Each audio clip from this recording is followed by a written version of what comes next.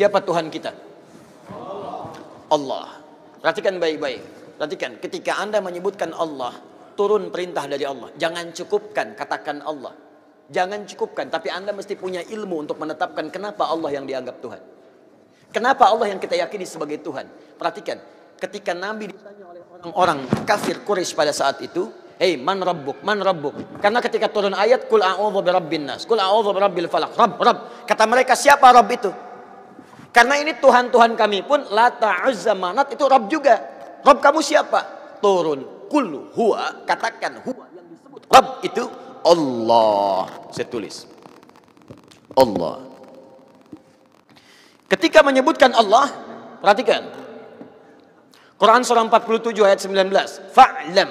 Fa'lam, Anda mesti punya ilmu. Annahu la ilaha illallah, untuk menetapkan tiada Tuhan selain Allah. Nah, sekarang lihat baik-baik ya. Dari namanya saja Allah sudah menerangkan, saking jelasnya konsep ketuhanan dalam Islam, namanya saja itu tidak ada bandingannya. Kul, katakan Muhammad, huwa Allah, dialah Rabb itu Allah Ahad, yang dari sifat namanya dia punya sifat Ahad. Lihat sini. Kata Allah, kalau ada satu yang disebut Tuhan, dipertuhankan, maka ciri pertama dia mesti beda dengan makhluk. Lihat baik-baik ya. Konsep ketuhanan dalam Islam mengatakan setiap yang disebut Tuhan, yang diyakini sebagai Tuhan, itu mesti punya perbedaan dengan makhluk yang menuhankannya. Kalau Tuhan sama dengan makhluk, Khalik sama dengan makhluk, apa bedanya kemudian Khalik dengan makhluk? Di kaidah pertama, tidak boleh Allah sama dengan makhluk, Tuhan sama dengan makhluk. Kedua, tidak boleh bahkan Tuhan lebih rendah dari makhluk. Jadi kalau manusia makhluk kuat, Tuhan harus lebih kuat. Kalau makhluknya misalnya punya kekuatan, Tuhan mesti lebih kuat dibandingkan dengan itu. Sepakat sampai sini? Nah, namanya pun mesti beda dengan makhluk. Lihat, nama Tuhan Allah sifatnya Ahad. Ada Wahid, ada Ahad, itu beda. Kalau Wahid, satu masih mungkin ada dua. Itsnain, tsalatsa, arba'. Tapi kalau Ahad, satu-satunya yang tidak ada duanya.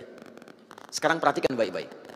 Dari segi namanya saja, itu sudah punya mukjizat. Kata Allah, nama ini tidak akan pernah ada duanya. Dan setiap Anda hilangkan setiap hurufnya akan menunjuk pada zat yang satu.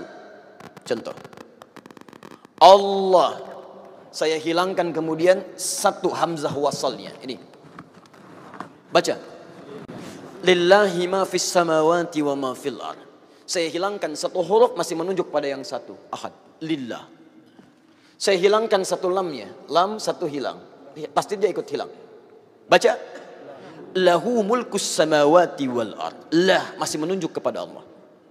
Saya hilangkan lamnya. Baca.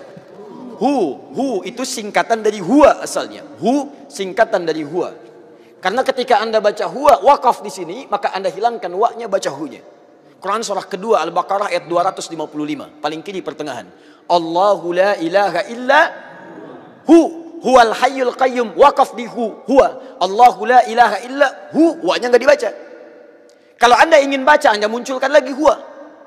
Lihat, ketika Anda wakaf di situ, Allahu la ilaha illa asalnya dari huwa, menunjuk kepada Allah. Kalau Anda tanya, siapa itu huwa Ustaz?